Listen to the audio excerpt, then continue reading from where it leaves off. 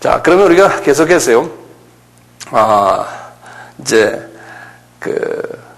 정령 죽으리라 그랬잖아요. 정령 죽으리라. 그런데 이 죽는다는 표현이에요. 이제 정령이라는 말이에요. 정령. 틀림없이 죽는다는 소리 아닙니까? 영어로는 certainly, surely, 꼭 죽는다는 거예요. 예, 너 만약에 이제 그걸 먹으면은, 그래서 먹었으니까 죽는 것은 틀림없죠. 죽는다는 말이 뭘까요? 첫째, 우리가, 이걸 항상 세 부분을 볼 필요 있어요. 이분이 육이 있어요. 육은 어떻게 됐습니까? 이 사건 때문에. 육은, 이분이 본래는 어떻게 지금 지원받았어요? 이분은 영원히, 육은 영원한 육이거든요. 썩지 않는 육이에요.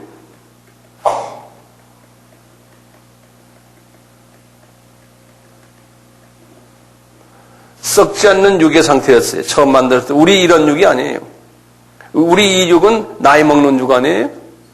가면서 주름이 잡히고 이제 늙어지잖아요. 처음에 만들었을 때의 그 아담의 육은 흙으로 지음을 받았지만 썩지 않는 육이죠. 나중에 우리가 부활할 때, 부활할 때의 육이 이 육 상태로 되는지 안 되는지 난 잘 모르겠어요.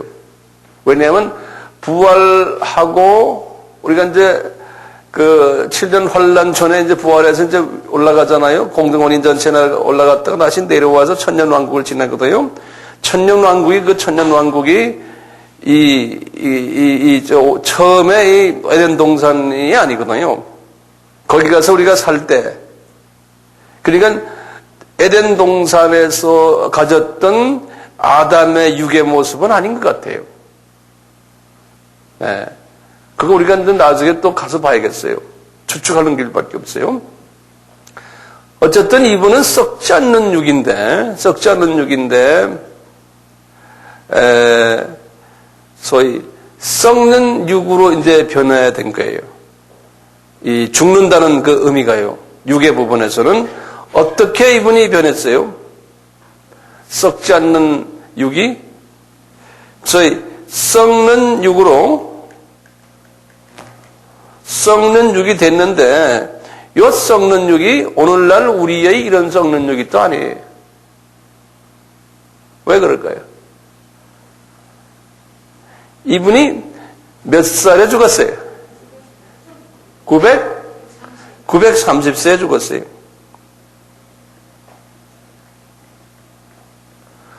930세에 죽었으니까 우리하고 같은 육이에요? 아니에요. 분명히 아니에요. 이것도 이제 이 육을 제가 볼 때요. 보통은 이 당시에 이제 이 아담스부터 시작을 해서 노아까지 보통 1000년씩 살았거든요. 요때요. 그러니까 그 1000년씩 살던 그 당시의 사람의 육의 모습이 앞으로 천년왕국 때의 육의 모습 같아요. 앞으로 우리 천년왕국 때. 예. 그러니까 특수한 육의 모습이에요. 그래서 지금 우리의 육이 아니란 것만 우선 알고 계세요.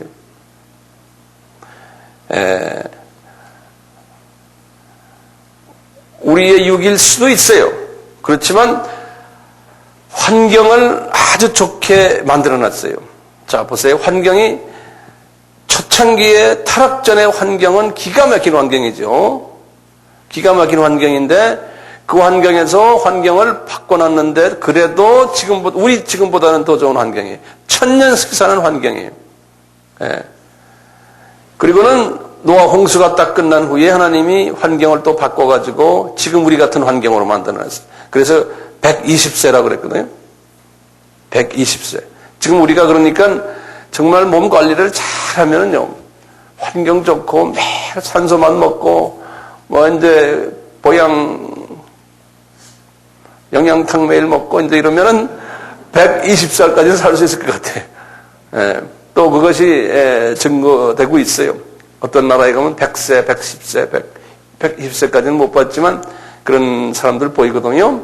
그래서 지금 여기에서 지금 보면은 죽는다 하는 것은요, 우선 영원의 육을 가졌던 그 영원이 시간으로 내려온 거예요. 시간으로. 완전히 세상이 변해버린 거예요. 영원이라는 건 시간이 아니지 않습니까?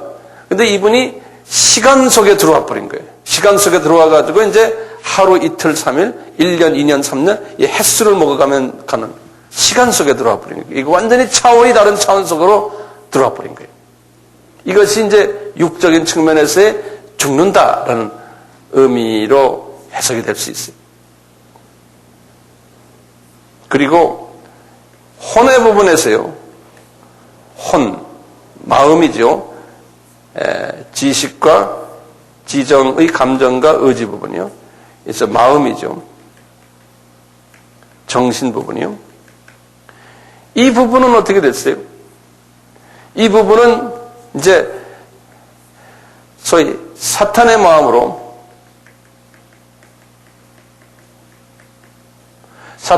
하루아침에 변한 게 아니고요. 이제 사탄의 마음으로 이제는 서서히 변해가는 거예요. 이제 사탄의 마음으로 이제 변질되기 시작하는 거예요. 가면서 바로 그 다음 이제 가인과 아벨, 그 가인이 그 사탄의 마음을, 이 살인자의 마음을 가지고 있었잖아요. 질투의 마음. 있듯이 그 질투의 마음. 이런 그 사탄의 마음을 그대로 안아버린. 그러니까 하나님께서 이 타락하니까 우리의 마음을 보호시키질 않았던 것 같아요. 이 아담의 마음을 그대로 그냥 뚜껑을 열어놨던 것 같아요. 그러니까 이 잡놈들이 마음대로 들어가서 사탄이 들어가서 아마 사람의 마음을 그렇게 타락시켰던 것 같아요. 네, 그 후에. 그러니까 하나님이 상당히 화가 나셨던 것 같아요. 자, 그것을 영어로 the wrath of God이라고 그래요. wrath란 말은 W-R-A-T-H. 화라고 그래요. 하나님의 화라고 그래요. wrath of God. 더 가볼까요? 하나님의 화, 그러는데요. 우리가 이제 우리의 화와 하나님의 화는 엄청난 차이가 있고, 우리가 이 하나님의 화를 우리가 도저히 이해할 수가 없죠. 도저히 이해할 수 없는데, 하여튼, 우리 식으로 생각해서의 하나님의 화예요. 하나님이 이 사건으로 인해서 상당히 화가 났던 거예요. 그 다음에, 영은 어떻게 됐습니까? 이분의 영은? 우리가 만약 죽는다 그러면 이 영만 생각하거든요. 영이 하나님과 분리됐다 그러죠. 죽는다는 거예요. 분리되어서 이제 하나님과 거리가 멀어졌는데 하나님의 영이 이제 빠져버린 거죠. 하나님의 영이 빠져버리고 누구의 영이 들어갔어요? 이제 사탄의 영이 들어갔잖아요. 사탄의 영이 들어갔는데 여기 보시면 어디에 들어갔냐면 우리 여기 2장 7절에 보면 그랬거든요. 흙으로 사람을 지으시고 생기를 그 코에 불어넣으시니 사람이 생명이 된지라 그랬어요. 생명이란 말 거기 나오잖아요. 생명이란 말을 그 영어로는 이렇게 됐어요. living soul이라고 그랬어요. 성서에서는 항상 living 하면은요, 뭐냐면은 영원히 사는 하나님의 living soul, 생명이라는 거는 하나님의 생명이에요. 근데 하나님의 생명이 어디에 들어갔냐? 소울에 들어갔다는 거예요. 소울이라는 건 아까 그 말씀 혼이에요. 혼. 예? 그 혼에 들어가서 그 혼이 살아있는 영생을 가진 혼이 됐다는 거예요. 그래서 한국말로 생영 그랬는데요. 영어로는 living soul 그랬어요. 근데 그 living soul이 이제는 dead soul이 된 거예요. 죽은 soul이 된 거예요. 하나님의 영이 빠져버린. 그래서 우리 보통 죽었다 그러면은 이 영 부분만 죽었다라고 생각하는데요. 그게 아니잖아요. 육, 혼, 영 다 죽었어요. 예. 자, 죽었는데 이 하나님의 영이 빠져버리면 마귀의 영 하니까 마귀의 자녀들 이런 말 우리 많이 쓰잖아요. 예. 자, 그렇게 이제 우선 보시고요. 그다음에 우리가 좀 성서를 좀 같이 봅시다.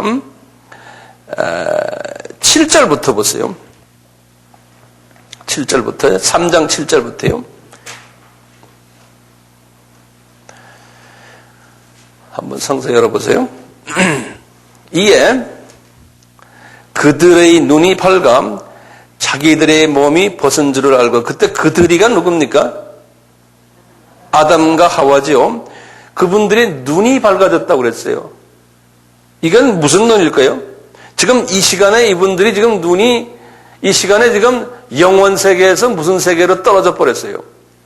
시간 세계로 이제 떨어진 거예요. 그래서 이분들이 눈 할 때는 이 눈이 지금 혼의 눈, 예? 이분들의 그 혼의 눈이 그 시간 세계의 혼의 눈이 돼버린 거예요. 완전히 장면이 바꿔져 버렸어요. 우리 영화 장면에 아주 새로운 장면이 나오듯이 말이죠. 그들의 눈이 밝아 자기들의 몸이 벗은 줄을 알고 무화과 나무 잎을 엮고 치마를 하였더라 그랬어요. 자, 이때부터 이제 이분들이 완전히 시간 속에 들어와서 말이죠. 이 저쪽의 영원 세계에서 빠져나와가지고 시간 속에 들어와서 자기네 그 벗은 모습을 보니까 과거에는 벗은 것이 전혀 부끄럽지 않았는데 이제는 그것이 부끄럽게 보이면서 거기에 무화과 나무 잎을 엮어서 치마를 만들었다고 그랬어요. 이게 굉장히 중요한 개념이에요. 나중에 이제 그 무화과 나무의 잎을 무엇으로서 치마를 바꾸게 합니까? 21절에 가죽옷으로 바꾸게 하잖아요. 이제 그 이야기는 여러분들 내용을 아시잖아요. 예, 자, 그런데 이 무화과 나무는 뭡니까? 무화과 나무는 성서에서 구약에서는 뭘 말해줘요? 이스라엘 나라를 말씀하거든요. 이스라엘 나라가요. 예. 그러니까 이스라엘 나라도요. 여기에 지금 무화과 나무로서 커버한 것은 부끄러움을 면치를 못하거든요. 그래서 이스라엘 나라도 지금 보면은 예수 그리스도가 없는, 다시 말하면 가죽옷을 입지 않은 그냥 무화과 나무로서 커버를 됐기 때문에 예수가 없는 이스라엘 나라는 지금 이 상태나 마찬가지예요. 지금 이 상태나 마찬가지예요. 예.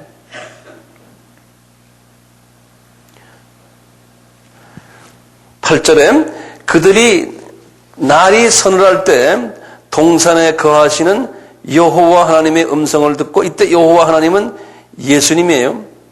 아담과 그 아내가 여호와 하나님의 낯을 피하여 동산 나무 사이에 숨은지라. 여호와 하나님이 아담을 부르심에 그에게 이르되 내가 어디 있느냐? 가로되 내가 동산에서 하나님의 소리를 듣고 내가 벗었으므로 두려워하여 숨었나이다. 가라사대 누가 너의 벗었음을 내게 고하느냐? 내가 나더러 먹지 말라 명한 그 나무 실과를 내가 먹었느냐? 예수님이 다 아시잖아요. 그런데 다시 이렇게 물어봐요. 아담이 가로되 하나님이 주셔서 나와 함께 하게 하신 여자, 그가 그 나무 실과를 내게 주므로 내가 먹었나이다. 일반적인 남자들의 말이에요. 네. 여호와 하나님이 여자에게 이르시되 내가 어찌하여 이렇게 하였느냐? 여자가 가로되 뱀이 나를 꿰물어 내가 먹었나이다. 14절에 여호와 하나님이 뱀에게 이르시되 내가 이렇게 하였으니 내가 모든 육축과 들의 모든 짐승보다 더욱 저주를 받아 배로 다니고 종신토록 흙을 먹을지어다 그랬어요. 아까 배로 다닌다는 말 했죠. 근데 거기 보면 종신토록 흙을 먹을지어다 그랬어요. 실은 뱀들이 흙을 안 먹잖아요. 그렇잖아요. 이때 지금부터 이제 예수님이 하시는 말씀이 상당히 육적인 개념도 포함되어 있지만 항상 영적인 개념도 거기 포함되어 있어요. 흙을 먹을지어다. 흙은 누굽니까? 사람이 2장 7절에서 흙으로 지음을 받았잖아요. 그러니까 이 뱀이 말이죠. 사람을 먹을지어다라는 말과 똑같아요. 그 사람을 공격하고 이제는 하나님의 영이 없는 사람들은 이 뱀의 밥들이죠. 하나님의 영이 없는 이 사람들은 흙이에요. 흙. 그러니까 그 인간들을 마음대로 네가 먹을 것이라는 거예요. 그러니까 이게 하나님께서 허락하신 것 같아요. 그렇죠? 그런 생각 안 드세요? 예.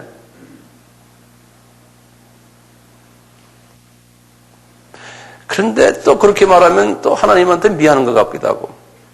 그러니까 이거 잘 모르겠어요, 나도요. 이거 다 저거 다라고 말할 수 있는 입장이 아닌 것 같아요, 우리가. 그냥 하나의 신학적으로 우리가 이것을 추측만 할 뿐이지 꼭 이거다. 하나님이 꼭 이러셔도 이렇게 말이 잘 안 돼요. 자, 이렇게 이제 하시고는 그 유명한 15절 말씀 있잖아요. 내가 너로 여자와 원수가 되게 하고 너의 후손도 여자의 후손과 원수가 되게 하리니 여자의 후손은 내 머리를 상하게 할 것이요 너는 그의 발꿈치를 상하게 할 것이니라 하시고 요 15절이에요. 요 유명한 15절의 말씀. 요 15절은 제가 이제 다음 시간에 자세히 말씀드리겠지만요. 이 말씀이 요 15절의 말씀이 하나님의 대구원 계획인 것 같아요. 하나님의 대구원 계획이에요. 요 15절의 말씀이 성경 신구약 전체로 흘러가요. 저는 이 창세기 3장 15절의 말씀을 우리 몸 같으면 우리 몸의 등뼈로 생각하고 있어요. 등뼈. 네. 그래서 이 등뼈를 통해서 모든 신경과 또 모든 근육이 연결되듯이요. 이 성경은 지금부터 시작을 해서 이 15절, 창세기 3장 15절을 통해서 성경 전체가 연결이 되어 있어요. 네. 모든 성경이 여기에 다 이게 신경 조직이 연결되듯이 연결되어 있어요. 그래서 이제 여기에 보면 여자의 후손이라는 말이 나오잖아요. 여기에 대한 제가 구원론에서 여기에 대해서 나중에 자세히 설명을 해드릴게요. 자, 16절 보세요.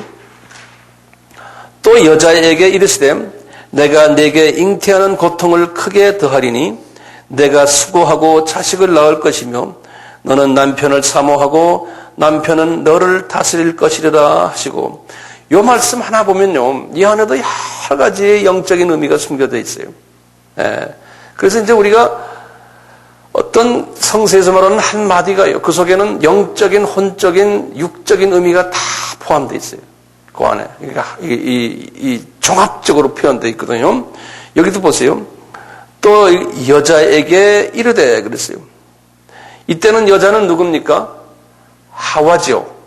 그렇죠?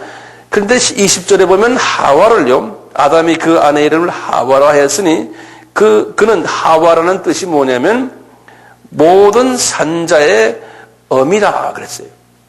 예, 모든 산자의 어미다. 자, 다시 보세요. 16절에 또 여자에게 이르시되 내가 네게 잉태하는 고통을 크게 하리니 그랬어요. 여기 이 여자라는 의미가요. 여기에서 여러 가지 의미가 있어요. 여기 최소한 2가지 의미가 있는데요.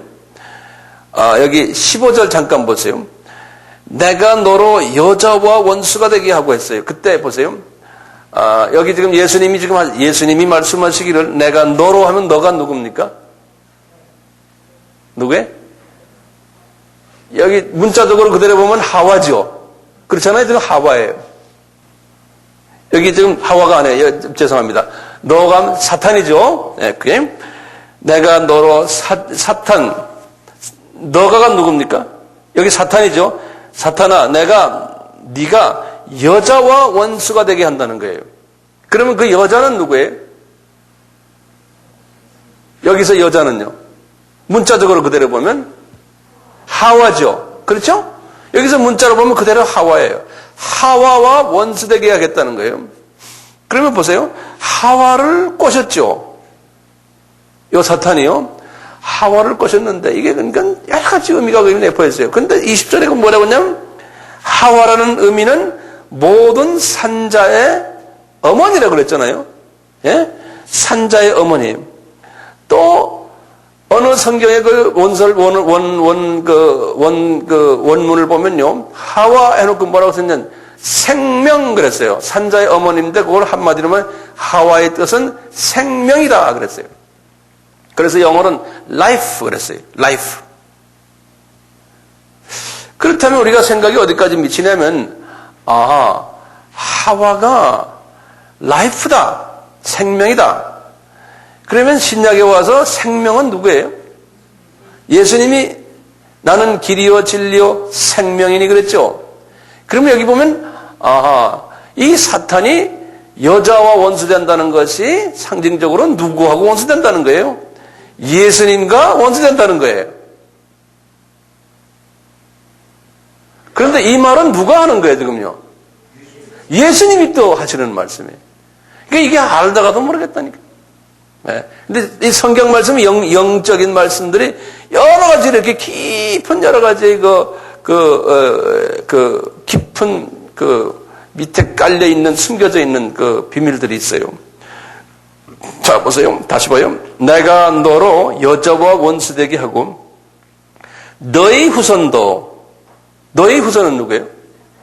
사탄의 후손들도 여자의 후손과 원수가 되게 하리니, 이때 여자의 후손은 또 누굽니까? 문자적으로 보면은 예수님의 후손이죠. 문자적으로 우리가 지금 여자를 예수를 본다. 안 그러면 하와의 후손이죠. 근데 이때 여자는 또 다른 의미의 여자예요.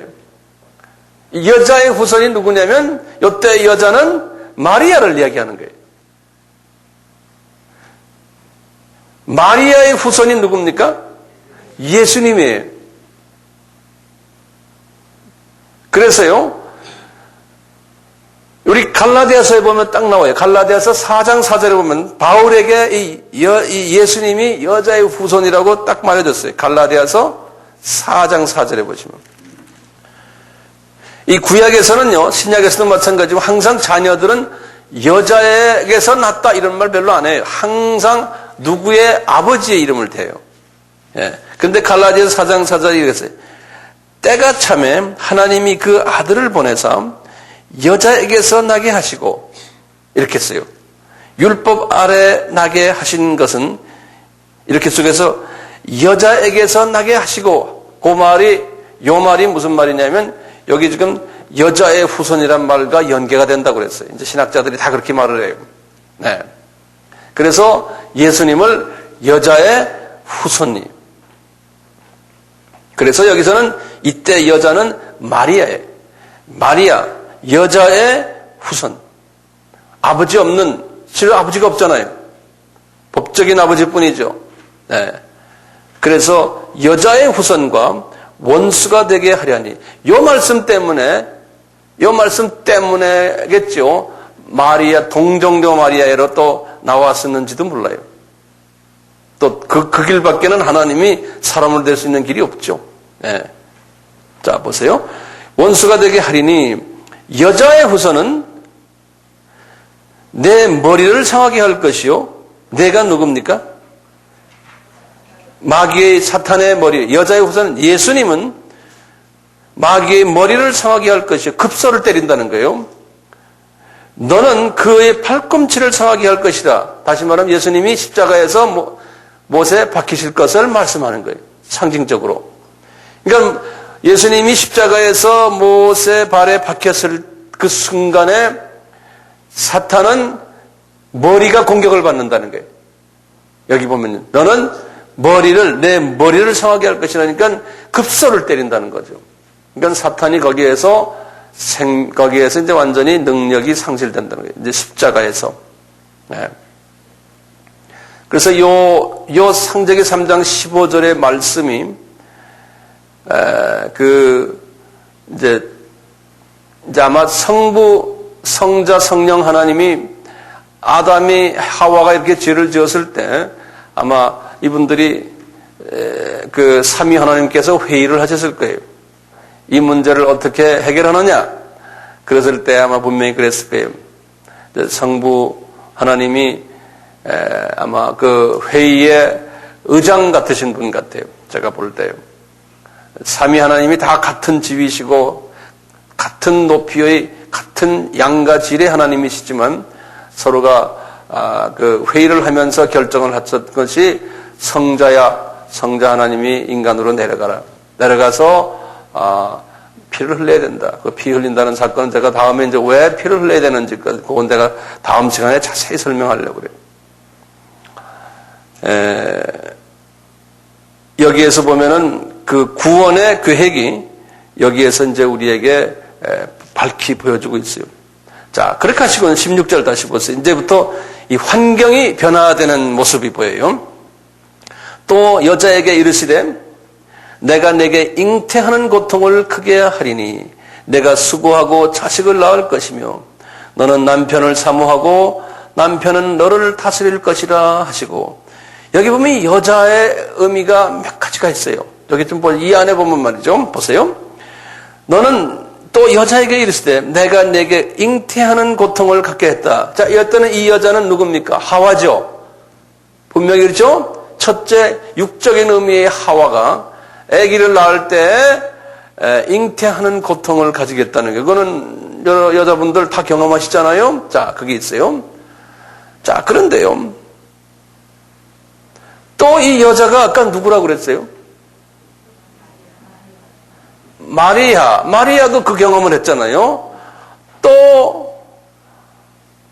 또 우리가 그 잉태한다는 그런, 여자가 잉태한다는 의미가 어떤 의미예요? 남편과의 관계에서 여기서 우리 크리스천들을 여자라고 표현하네요. 그리고 우리 남편을 누구로 봐요? 예수님을 보죠. 그때 크리스천들이 이 선교 이야기, 전도 이야기, 우리가 나가서 영적인 자녀를 낳잖아요. 예? 영적인 자녀를 낳는데 쉽게 낳아요? 쉽게 안 낳겠다는 거예요.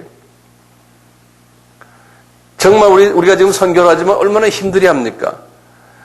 이 마귀의 자녀들을 하나 뺏어오는 그 일을 하는데 엄청난 어려움을 통과하면서 어머니가 아기를 낳는 똑같은 고통을 경험하면서 하나님의 자녀들을 뺏어오겠다는 거예요. 자녀를 낳겠다는 소리가 여기 전도와 선교에 관한 이야기가 여기 숨겨져 있어요. 그리고는 크리스천들이 누구를 사모한다고요?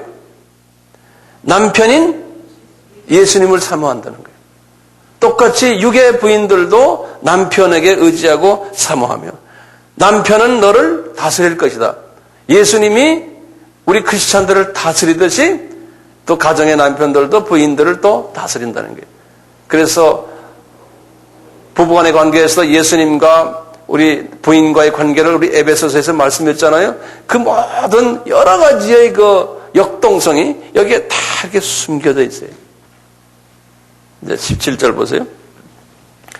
아담에게 이르시되 내가 내 아내의 말을 듣고 내가 너더러 먹지 말라 한 나무 실과를 먹었은즉 땅은 너로 인하여 저주를 받고 너는 종신토록 수고하여야 그 소산을 먹으리라. 땅이 내게 가시덤불과 엉겅퀴를 낼 것이라. 너희 먹을 것은 밭의 채소인즉 내가 얼굴에 땀이 흘러야 식물을 먹고 필경은 흙으로 돌아가리니 그 속에서 내가 취함을 입었느니라. 너는 흙이니 흙으로 돌아갈 것이라 하시니라. 여기 보면 이분이 본래 아까 창세기 1장에서 보면 어떻게 되어 있어요? 28절에 너희들은 생육하고 번성하고 땅에 충만하고 땅을 정복하고 바다의 고기와 공중의 새와 땅에 움직이는 모든 생물을 다스리라 했는데요. 이제는 다스리는 것이 아니고 그놈들이 이분들을 괴롭히게 하는, 그분들을 잘 만져줘야지만, 땀을 흘려서 이분들에게 수고를 끼쳐줘야지만 나에게 소산을 준다는 거예요. 그러니까 이게 저주죠. 그전에는 그런 게 없었는데 그냥 자동적으로 주게 돼 있는데 이제는 땀을 흘려야 된다는 거예요. 땀을 흘려야 된다. 그러니까 이때부터 이제는 소위 경쟁이 생기고 이제는 미움이 생기고 땀 흘려야 되니까요. 그리고 질투도 생기고 이제 살인까지 이제 그 다음에 4장에서 나오잖아요. 그러니까 혼의 모습이 이 육의 이 음식을 먹기 위해서요. 혼의 상태가 점점점 타락해지면서 이제 마귀의 마음으로 이제 변해가는 모습이에요. 22절 보기 전에 우선 21절부터 보세요. 네. 여기가 중요한 부분이 하나 있어요. 여호와 하나님이 가라사대 보라 이 사람이 선악을 아는 일에 우리 중 하나같이 되었으니 이게 굉장히 어려운 지금 여기 부분에 잘 보세요. 여호와 하나님이 가라사대, 예수님이 가라사대, 보라 이 사람이 선악을 아는 일에 우리 중 하나같이 되어, 우리가 왜 우리입니까? 삼위 하나님이 계신 거예요. 그러니까 삼위 하나님께 지금 말씀하신 거예요. 그가 그 손을, 이 사람이가 누굽니까? 이 사람이요? This man 했으니까 이제 아담이겠죠. 우리 중 하나같이 되었으니 그가 그 손을 들어 생명나무 실과도 따먹고 영생할까 하노라 하시고, 여호와 하나님이 에덴 동산에서 그 사람을 내어보내어 그의 근본된 토지를 갈게 하시니라. 이같이 하나님이 그 사람을 쫓아내시고 에덴 동산 동편의 그룹들과 두루 도는 화영검을 두어 생명나무의 길을 지키게 하시느니라. 지금 이 말씀이 굉장히 재밌고 또 의미가 심장한 말이에요. 여기 이 말이. 또 우리 신학자들이 이 부분을 해석하기가 상당히 힘든 부분 중에 하나예요. 제가 이거 좀 쉽게 해석을 해드릴게요. 지금 예수님이 가라사대 이분들이 지금 우리 중 하나같이 된다는 거예요. 왜 그럴까요? 지금 죄를 지은 이분들에게 말하기를 우리 중 하나같이 된다는 거예요. 그렇기 때문에, 왜냐하면 보니까 지금 에덴 동산은 지금 그대로 있는 거예요. 에덴 동산은. 지금 여기 아까 보면 에덴 동산을 제가 보기에 이렇게 가시덤불로 만들고 이런 것은 아닌 것 같아요. 이 가시덤을 만드는 에덴 동산에서의 바깥쪽을 이야기하는 것 같아요. 그쪽에서 쫓아내는 거예요. 그쪽으로 가라고. 에덴 동산은 지금 그대로 있는 것 같아요. 그래서 여기에서 쫓아내는 거예요. 자, 그런데 여호와 하나님이 가라사대 보라 이 사람들이 선악을 하는 일에 우리 중 하나같이 되었다는 거예요. 다시 말하면 선악을 알 수 있다는 거예요? 없다는 거예요? 거기 가만 놔두면 알 수 있다는 거죠. 예? 하나님이 선악을 구별하듯이 이 양반들도 선악을 구별할 줄 아는 사람이 됐다는 거예요. 왜 그렇습니까? 아까 그걸 선악을 아는 나무를 없애버렸는데도 여기 말씀하시기를 생명실과도 따먹고 영생할까봐 영생을 못하게 지금 하려고 하는 거예요. 여기 지금 보면요. 예? 예. 왜 그러냐면요. 지금 21절 보니까 뭐라고 그랬어요? 여호와 하나님이 아담과 그 아내를 위하여 가죽옷을 입혔다고 했죠? 예? 이 가죽옷을 입혔다는 것은 뭡니까? 동물을 잡아다가 동물의 피를 흘린 거 아닙니까? 그러니까 가죽옷을 입으면은 무화과 나무의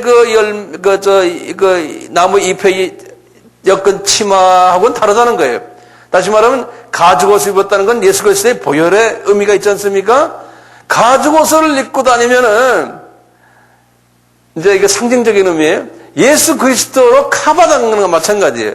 그리스도로 카바되면은 에덴 동산 여기에서 쫓아낼 수가 없는 거예요. 어디에 의하면? 창세기 3장 15절에 의하면. 이제 3장 15절의 그 내용이 지금 그 내용들이거든요. 보혈의 내용들이거든요. 보혈을 강조하기 위해서요. 가죽옷을 입힌 저 양반들을 이제는 쫓아내야지. 여기다 놔두면은 가죽옷을 입었기 때문에 이제 상징적으로 예수로서 카바되면은 이제 장차에 흘릴 십자가의 보혈의 그 예수로서 카바되면은 여기서 우리가 이 양문들 그냥 영생하고 여기에 있을 수 있다는 거예요. 이 좀 어려운 말이에요. 어려운 말인데, 그래서 이 양반들을 쫓아내자는 거예요. 쫓아내자는 거예요. 그래가지고 이제 못 들어오게 하자는 거예요. 못 들어오게. 그래서 보면 뭐를 보세요? 23절에 보세요. 여호와 하나님이 에덴 동산에서 그 사람들을 내어 보내요. 그의 근본된 토지를 갈게 하시니, 아까 말하는 그 엉겅퀴와 가시가 된 그쪽으로 쫓아가서 니네들 이거 하라는 거예요. 이같이 하면서 24절에 보면 아예 못 들어오게 하는 거예요. 이같이 하나님이 그 사람들을 쫓아내시고 에덴 동산 동편에 그룹들과 두루 도는 화영검을 두어 생명나무의 길을 지키게 하시니라. 생명나무도 먹지 못하게 해가지고 생명나무를 먹으면 영생을 사는 모양이에요. 생명나무를 먹지 못하게 쫓아내고서는 아예 생명나무에 가까이 갈 수 있는 길을 뭐로 막았다는 거예요? 두 가지로 막았어요. 첫째 뭐예요? 그룹 천사들의 체루빔이에요. 천사가 하나가 아니에요. 제일 높은 계급의 천사죠. 체루빔들을 한 분도 아니고 여러 그룹 천사들을 거기다가 진을 치게 하시고, 그 다음에 화영검이라고 그랬어요. 우리 가끔 가다가 그 영화에 보면은 아이들 만화 영화 같은 데 보면 칼이 있는데 칼에 막 빛이 막 나는 거예요. 그게 여기서 나오는 얘기거든. 화영검이라고 그래. 검인데 거기에서 막 빛이 나는 거예요. 근데 이 화영검이 어떤 화영검인가 하면 여기 보면 한국말로 그랬어요. 두루라는, 두루 도는 화영검이라고 그랬죠? 영어로 이렇게 됐어요. The flaming sword which has every direction. 그래. every direction은 이게 그냥 이쪽에서 오면 팽일이 돌고 막 팽팽팽팽 도는. 네? 그 두루 도는 한국말이 기가 막히게 잘 만들었죠? 두루 도는 화영검. 네. 그래서 누가 못 들어게 해요? 아담과 하와가 에덴 동산에 못 들어게 하셨다는 거예요. 이게 어찌 된 일입니까?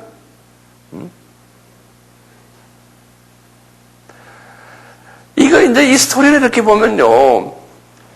하나님이 지금 이게 전체를 지금 우리가 지금 지난 한 몇 시간 동안 딱 보면요. 하나님이 이게 계획하신 것 같지 않아요? 뭘 계획하셨어요? 하나님의 용서와 사랑과 은혜를 이 피조물들에게 보여주고 싶어 하시는 것 같아요. 우리는 이제 하늘나라에 올라가서도 그 은혜에 대해서 감사하고 찬양드리고 경배드리는 거예요. 우리 피조물들은 우리가 자칫 생각하면 우리도 잘하면 하나님 비슷하게 돼서 이런 은혜 안 받아도 살 수 있다라고 생각할까 봐 그런 거예요. 에? 우리 피조물들이 이거 보세요. 이 그룹 천사 이놈도 그런 생각했거든요. 에? 그 다음에 여기 저 하와 여자분도 이런 생각을 했거든요. 이게 자칫하면 우리도 손자가 잘못하면 할아버지 시험 잡아당기잖아요. 그거 같이 조금만 이게 좀 끼가 우리 조금만 자기가 좀 잘났다 생각하면 윗사람을 몰라보는 거는 하나님이 그걸 아시군요. 니네들은 전적으로 타락된 하나님의 기준 속에서 보면 타락된 피조물들이니까 내가 도와주지 않으면 안 된다는 것을 우리에게 보여주고 싶어서 그래요. 그래서 우리가 이제 하늘나라에 가면은 영원히 찬양을 드려야 되잖아요. 하나님께 이 문제에 대해서 고마워서. 그러니까 영원히 할 건데 예를 들어서 지금 이 타락부터 지금까지 한 6,000년 됐거든요. 6,000년 동안 6일 동안 하나님이 연습게임 시키는 거야. 영원히 너희들 날 찬양하려면 이런 콩밥을 좀 먹어봐라 이놈들아. 그래서 아마 이런 콩밥을 먹이게 하시는 것 같아. 우리 수준으로 우리의 시간 개념으로 보면 되게 긴 시간이고 이거 어떻게 공정하지 않습니다. 하나님 이럴 수 있지만 하나님의 눈을 볼 때는 아무것도 아니거든요. 한 경장이거든요.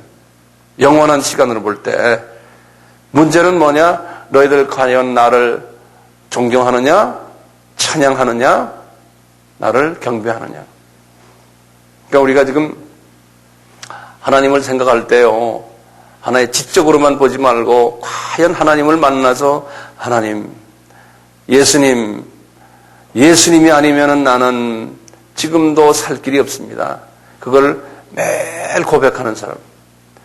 그래서 우리 예수님께서 우리에게 가장 크고 위대한 계명이 뭐라고 그랬어요? 하나님을 사랑하는 거다. 마음을 다해서, 정성을 다해서, 힘을 다해서. 우리 신앙생활이 딴 게 아닌 것 같아요. 창조주 되시는 하나님에 대한 경외하는 마음. 그러니까 기도할 때 그 마음 없이 기도하면은 그 기도가 연락이 안 되는 걸로 난 보고 있어요. 경외하는 마음. 항상 경외하는 마음. 그걸 겸손한 자라 그랬잖아요. 우리가 이렇게 앉았다가 우리 한번 기도합시다. 그러면 어떤 마음으로 해야 돼? 하나님하고 나 살려주세요. 저 미안합니다. 은혜 베풀어 주세요. 이 경외하는 마음으로 기도를 할 때 주님이 내 기도를 들어주시고 나에 가까이 오잖아요. 어떤 모습이 아니고 하나님은 뭘 봅니까? 나의 나의 뭘 봐요? 중심을 보시잖아요. 중심을 보시는 하나님이시거든요. 그래서 우리는 하나님의 중심, 그래서 이런 성경을 지금 이 창세기 1, 2, 3장을 쫙 보면서 결론적으로 나한테 오는 것은 저는 개인적으로 하나님은 우리에게 중심이 자기한테 오기 위해서 사랑을 베푸시는 하나님이심을 보여주기 위해서 용서를 베풀어 주시는 창조주이심을 보여주기 위해서 이런 연극을 지금 우리 앞에서 보여주시는구나. 예? 하나의 지식으로 지금 우리가 알려고 드린 게 아니고요. 예? 지식 없어도 괜찮아요. 문제는 하나님하고 우리 성서 공부도요. 지식을 안 배우려고 했다가 나중에 큰 낭패당해요. 이 말씀을 가지고는 주님 앞에 납작 엎드리는 사람이 복 있는 사람. 그래서 이 아담의 이 사건을 보면서요. 하나님이 그때부터 이 아담에서부터 시작을 해서 말이죠. 쫙 족보가 나오잖아요. 아담에서부터 족보가 나오죠. 그게 창세기 몇 장인지 아세요? 창세기 5장에 보면 아담서부터 족보가 쫙 나와요. 우리 5장을 잠깐 좀 볼까요?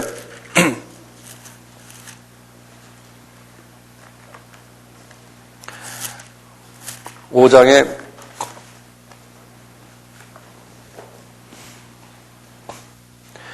5장 전체가요. 아담에서부터 족보가 딱 나와요. 그 족보를 보시면 거기에 몇 사람이 나오는지 아세요? 응? 네? 10사람이 나와요. 10사람이. 제가 기회가 되면 이걸 한번 도표를 하면 쫙 같이 그리면 참 좋은데 우리가 시간이 많지 않아서요. 우선 거기에 나오는 사람들 한 분 한 분 이름을 한번 우리 같이 한번 써봅시다. 우선 5장 3절 보세요. 아담이 130세에 다들 열어보세요. 자기 모양 곧 자기 형상과 같은 아들을 낳아 이름을 셋이라 하였다. 아담이 셋을 낳은 후 800년을 지나며 자녀를 낳았으며 그가 930세를 향수하고 죽었더라 그랬어요. 그러니까 지금 아담인데 이분이 몇 세에 죽었어요? 930세에 죽었어요. 그런데 아들 낳은 아들 이름이 뭡니까? 셋이라고 그랬죠? 세 번째가 돼서 아마 셋인지도 모르겠어요. 영어로는 셋을 이렇게 S-E-T-H 그랬어요. 가인이 아벨을 죽였기 때문에 가인을 하나님이 쓰시지 않으시고 이제 세 번째 아들이죠. 가인, 아벨 다음에 이제 셋인데요. 셋을 낳았어요. 셋은 몇 살에 죽었나 한번 보세요. 6절부터 보세요. 셋은 105세에 에노스를 낳고 에노스를 낳은 후 807년을 지내며 자녀를 낳았으며 그가 912세를 향수하고 죽었더라. 그러니까 이분은 912세에 죽었어요. 이분은요. 그리고는 에노스를 셋이 낳았어요. 에노스는 몇 살에 죽었나 보세요. 에노스는 90세에 게난을 낳았고 게난을 낳은 후 815년을 지내며 자녀를 낳았으며 그가 905세를 향수하고 죽었더라. 905세에 죽었어요. 그 다음에 또 보세요. 게난이 나오죠. 게난이요. 게난은 네 번째 아들이에요. 게난은 70세에 마할라레를 낳고 마할라레를 낳은 후 840년을 지내며 자녀를 낳았으며 그가 910세를 향수하고 죽었더라. 몇 세에? 910세에 죽었어요. 그 다음에 15절 보세요. 마할랄렐은 몇 번째 아들이에요? 마할랄렐은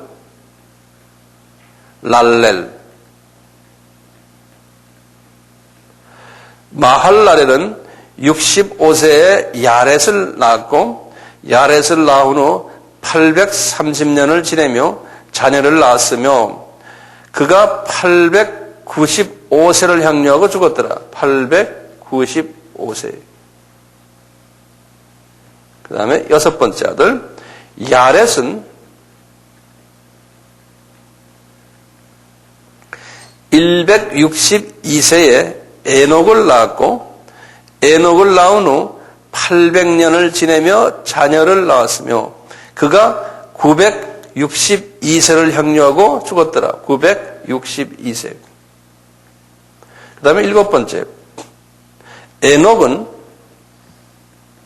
7대 손이에요.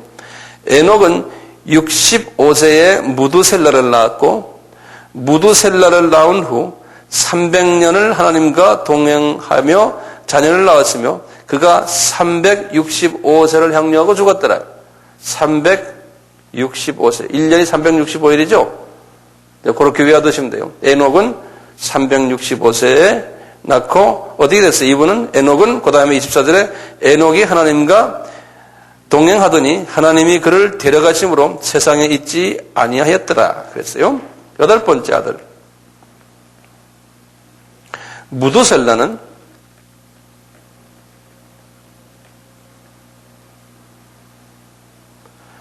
187세에 라멕을 낳았고 라멕을 낳은 후 782년을 지내며 자녀를 낳았으며 그는 969세를 향수하고 죽었더라. 969세. 아홉 번째 라멕은 182세에 아들을 낳고 이름을 노아라 하여 가로되 여호와께서 땅을 저주하심으로 수고로이 일하는 우리를 이들이 안위하리라 하였더라. 라멕이 노아를 낳은 후 595년을 지내며 자녀를 낳았으며 그는 777세를 향수하고 죽었더라. 누구야 이게? 라멕. 777세. 열 번째 노아가 500세 된 후에 셈과 함과 야벳을 낳았더라. 이제 나중에 이분이 언제 죽었냐면 950세에 죽었어요. 노아가요. 이제 창세기 11장에 가면 쭉 나오는데요. 자, 이렇게 보면 하나님이 지금요, 아담이 이렇게 죄를 딱 지은 후에요. 아담이 죄를 지은 후에 여기 보면은 나이들이 지금 어떻게 됩니까? 대개 1000년 가까이 살았어요. 나이들을 1000년 가까이 살게 만들어 놓고요. 그리고는 첫 아이를 몇 살에 낳은지 아세요? 대개 보면 여기 한번 쭉 보시면 첫 아이를 대강 한 100세 때 첫 아이를 낳게끔 하셨어요. 100세 때. 그리고는 여기 지금 대수가 몇 대입니까? 10대죠. 10대. 10이라는 숫자는 하나님이 완전 숫자예요. 7 더하기 3이에요. 3도 삼위일체 하나님에서 하나님의 숫자고 7도 하나님의 완전 숫자예요. 두 완전 숫자가 합해서 만든 것이 온전 숫자예요. 10이요. 이렇게 아주 정확하게 하나님의 계획에 의해서 지금 움직이고 있는데요. 이 분들을 가만히 보면요. 재밌는 것들이 있어요. 제가 좀 말씀을 좀 드리려고 그래요. 여기에 하나님이 지금 계획을 딱 보면요. 창세기 3장 15절의 계획이 그대로 쫙 나와요. 우선 제가요, 사람들의 이름의 의미를 알려드릴게요. 그거 하나하나 적어보세요. 아담이라는 뜻은요, 아담이라는 뜻은 뭡니까? 사람이라는 뜻이죠. 그렇죠? 예, 사람이에요. 아담 하는 뜻이 사람이라는 뜻이에요. 그 다음에 셋이라는 뜻은요, 이 뜻이 뭐냐면 영어로는 appoint 됐다. 그런 appoint. appointed 이런 말은 뭐냐면 지명대 받았다. 임명받았다. 이렇게 임명받았다. 이렇게 씁니다. 임명된 그런 소리예요. 셋이라는 뜻이요. 에노스라는 뜻은요. 영어로는 mortal 그래서 mortal. 이건 뭐냐면 죽을 수밖에 없는 그런 뜻이에요. 모탈맨 그러면 저 사람은 운명적으로 죽을 수밖에 없는, 죽을 수밖에 없는 그런 뜻이에요. 요 에노스란 말이에요. 이 개난이란 뜻은요, 영어로는 sorrow예요. 슬픔이에요. 슬픔이란 뜻이, 이 개난이란 뜻이. 그 다음에 마할라렐이라는 뜻은요, 마할라렐이라는 뜻은 복된 하나님 그런 소리예요. 영어로는 the blessed God. 복된 하나님 그런 뜻이에요. 마할라렐 하는 말이에요. 야렛이라는 뜻은요, 영어로는 shall, 미래형의 shall come down 그런 뜻이에요. 그래서 내려올 것이다. 이게 야렛이라는 뜻이에요.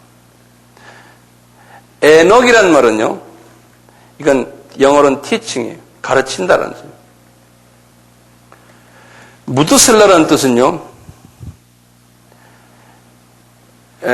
영어로는 his death shall bring 그런 사람, 그 사람이 죽었을 때 his death, 죽음이라는 소리, shall bring 이런 뜻인데요. 다시 말하면 이게 무슨 말이냐면 그의 죽음이 무엇을 가져올 것이다. 그러니까 그의 무드셀라 죽음이, 이 무드셀라란 말이 그의 죽음이 가져올 것이다.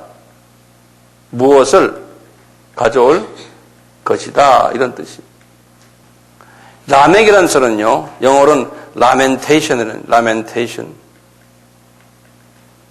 이거는 우리가 lamentation 하면 애가, 슬픔 그런 거거든요. 예. 그러니까 슬픔 또는 애가, lamentation, 슬프다는 소리예요. 이 노아라는 뜻은 뭐였어요? 안위, 위로, 영어로는 comfort 이런 뜻이에요. 이 열 이름을 딱 보면요, 하나님이 정확하게 이 아담의 타락에서부터 창세기 3장 15절을 주시고는 그때부터 사람이 한 1000년씩 사는데 딱 10사람을 먼저 주셨어요. 노아까지. 그리고 나중에는 노아에서 아브라함까지 또 10사람을 줬어요. 10대를요. 딱 정확히 창세기 11장 10절부터 26절까지 정확히 나오거든요. 근데 이 10사람의 이름을 쫙 보면요, 그래서 예수 그리스도의 그 모습이 그대로 다 숨겨져 있어요. 기가 막히게. 복음이 창세기 3장 15절이 그대로 여기 속에 다 숨겨져 있어요. 이름 속에. 어디 한번 볼까요? 여기 한번 여러분들이 말을 한번 들어보세요. 아담이 한 사람이 있었는데, 아담이에요. 이 사람이 어떤 사람인가?